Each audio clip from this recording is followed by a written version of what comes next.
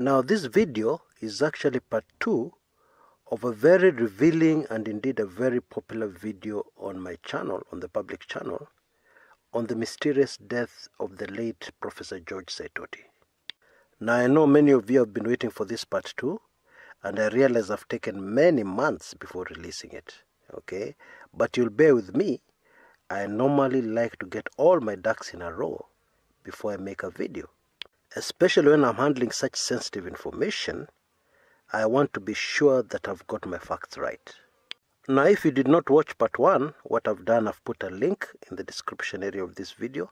Yeah, you can click on it and go back to part 1 so that you're up to speed as we go into part 2. Okay? But a quick recap of where we left off. Okay? We left off in the last moments of the helicopter as it went down at a very rapid speed. We had already established that it had a very strange flight path. Okay, towards the end of its flight, it had a very, very haphazard flight path, yeah, which you can see on your screens right now. We also said that a very important clue was that an eyewitness said that he noticed, as the helicopter was full of smoke and fire and coming down rapidly, he noticed that somebody who looked like Professor George Saitoti was trying to jump off the helicopter. And I said that was a very, very important clue. Okay? Now, since then, I've been able to establish that there was more than one eyewitness who saw that. Now, this is very strange. Now, we already know from the post-mortem and from the various reports by experts that actually the occupants of that ill-fated helicopter were dead long before that helicopter hit the ground, or at the very least were unconscious. So clearly, whoever was trying to jump out of the helicopter, whether or not the person said he looked like Professor George Saitoti, was most likely not the professor. Now the truth is that it's very difficult to tell facial features from a distance, yeah, especially a distance high in the sky. There's no way you can tell that it's a particular person.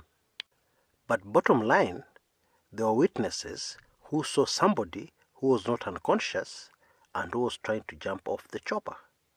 Now, this is the kind of thing you see in movies, yeah? And it's the kind of stuff that can make anybody very skeptical, yeah? However, the very interesting thing is that that eyewitness report explains a lot of things. Yeah, it puts a lot of pieces into this jigsaw puzzle that has puzzled very many Kenyans. Now, I've talked to experts and they have something amazing to say.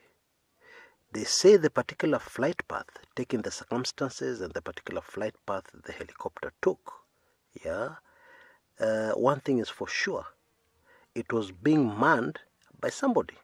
Yeah, even that haphazard flight was being manned by somebody. Now we already have evidence that everybody, every passenger, every non-passenger on that chopper was unconscious. And taking into account the fact that it is suspected that those on board were poisoned by some kind of gas, yeah, as a result, you know, the post-mortem results revealed that. Humor me for a minute and let us just say that that person who was seen jumping off the helicopter was the assassin, yeah, the person who organized the poisoning inside the chopper, and indeed the person who was operating the chopper in the last few minutes and seconds of its fatal flight. If we were to take that kind of assumption, everything fits very neatly, yeah, extremely neatly, and it explains a lot of things. What do I mean? Well, let's reconstruct the last few moments of that ill-fated flight. Yeah, I've consulted very widely with experts, and therefore my account is also based on what experts say. Now, the late Professor George Saitoti was on that flight with a bodyguard who was armed. Okay, so we assume that an unknown person, a third party, yeah, the assassin, yeah, is in the aircraft, and he surprises all the other occupants of the aircraft and manages to disable them, including the bodyguard. Okay? They then gas everybody on board, yeah, while of course wearing a gas mask or something like that. Okay? And within seconds, they're all unconscious, or maybe even dead. The assassin then takes the helicopter off course. Okay? Now there's a very interesting and very important point to note here. Even if the helicopter was unmanned, yeah, maybe all the occupants for some strange reason became unconscious, and there was nobody manning it, there was no way, yeah, this is very important, there was no way it would have taken the particular flight path it took. Secondly, the way the helicopter crashed is not the way helicopters crash. Helicopters that are out of control, yeah, and that would include a helicopter that is not being manned. Now this is because the aircraft in the last few seconds, yeah, already had a very raging fire inside, but it was aimed for the ground, yeah, and the speed was increased in such a way that it hit the ground at a very high momentum. Now these actions make perfect sense if somebody is trying to destroy as much evidence on board as possible. Okay, they're not satisfied with the fire. They want to make sure that when the chopper hits the ground, it breaks into as many pieces as possible, making it as difficult as possible for anybody to get any evidence. Now we already said in the first part of this video that choppers don't fall to the ground like a stone, as many people assume. And that's because of the rotors going round and round above the chopper. And so even if the chopper is out of control, yeah, as long as the rotors are still going around, it's not going to land with a thud. It's not going to land with a high momentum. Yeah, it's going to land a little more gently than what happened in the Saitoti helicopter crash case. Now, multiple eyewitnesses say the rotors were still going round. Yeah, but even if there were no eyewitnesses, there's evidence that indeed they were still working, because of the way the helicopter was directed to the ground and the way it flew in a certain direction. And you know, when you take direction, speed, etc., definitely the rotors were still working.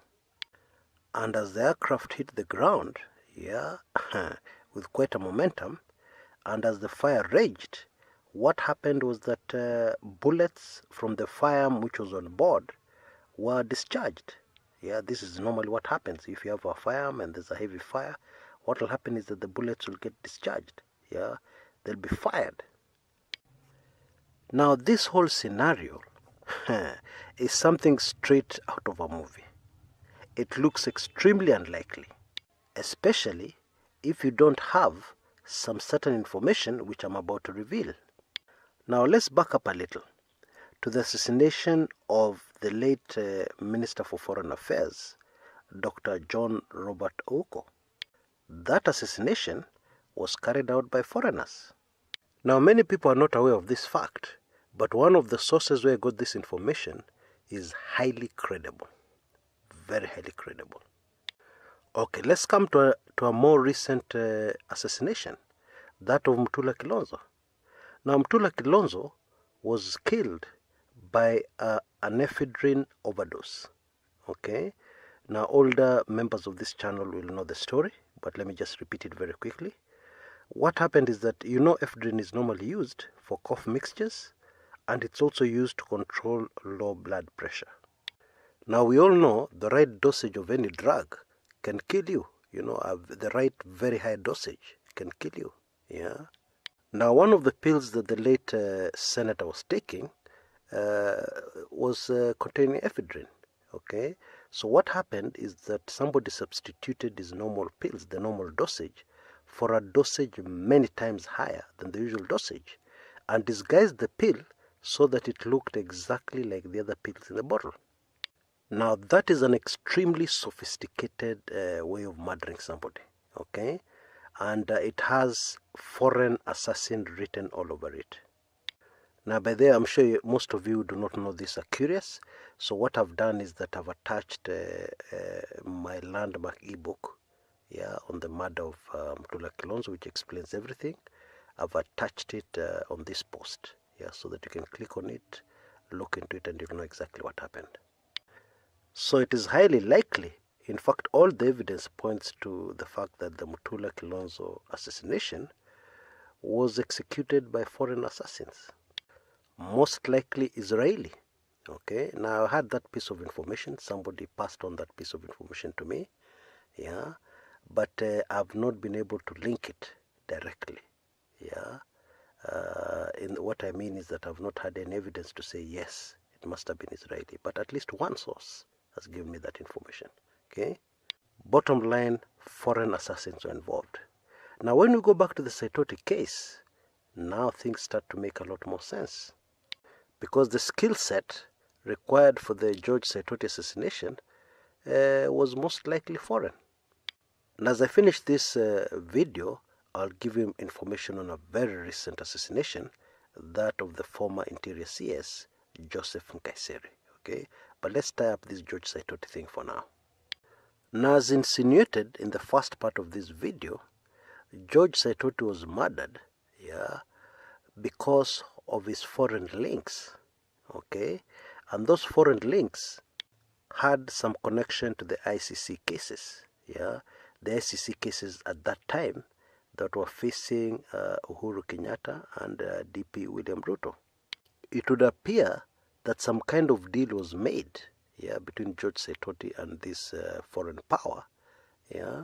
And George Saitoti's part was to release information related to the 2007-2008 troubles in Kenya. It is not a secret that at the time of his death, Saitoti had already launched a bid, a campaign for the presidency of the Republic of Kenya. He was to take part in those elections, which he did not live to see. Mutula Kilonzo's assassination was also linked to the ICC. Okay, and if you read the attached ebook on Mutula, then you'll understand that a little better. Now on to Joseph Nkaissery. Now I've recently received information on the murder or assassination of Joseph Nkaissery that will just blow your mind, because it blew mine. The long and short of that information is that something very high-tech, state-of-the-art, was used to assassinate Joseph Nkaissery. Now, of course, that is even more believable when you take into account the information I've just given you about the spate of assassinations in our country that where foreign assassins have been used. It just makes sense. Okay, in retrospect, we have a few clues as to why Joseph Nkaissery was assassinated, and it had to do with the neat plans that had been set for the August 8th elections. Now, Nkaissery was no yes man. He was not a yes man. Okay, very experienced, and he also was very opinionated. Okay, now what was ideal and required for the August 8th elections was an interior CS who would follow instructions to the letter without questioning them. And that is why the late Nkaissery had to die. It is my hope that as we seek to heal the country, and bring Kenyans together, somebody will remember to ensure that all these strange assassinations, the information behind them is made public, so that we can move on to a new chapter, so that even the family members can have closure. So if you have come this far in this video, congratulations. Now let me make it worth your while. In 2019, I was led into producing a set of videos on how to prosper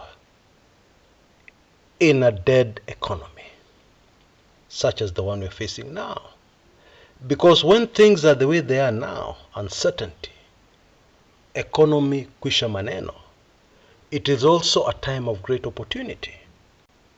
Now, when I produced those videos, there was very little response from members of this channel. Okay, things were still good then. It was difficult to see such a bleak future. It was difficult to believe whether anything like that would ever happen. But here we are now. And therefore I'm offering these videos once again. And if you're a member of my weekly intelligence briefings, you can get it at the amazing offer you see on your screens right now. The 3 sets of videos plus the 2 books, which I'm very confident will take you through what is coming. Because it is coming. Indeed, it is already here. If you're not a member, you'll have to take it at the price which was set then, which was $54. It'll still be $54. You can see details on your screens right now. I'm afraid the offer for members of WIB is very limited to 3 or 4 days, at only $13.95, or Kenya shillings 1,395. My message to you, my dear friends, because I really care, is that even if you don't take this offer, please prepare yourselves. It is terribly important that you prepare yourselves. God remember mercy for Kenya. God help the nation called Kenya. Until next time, this is Kshs, Kumekucha. Weekly Intelligence Briefings number 109.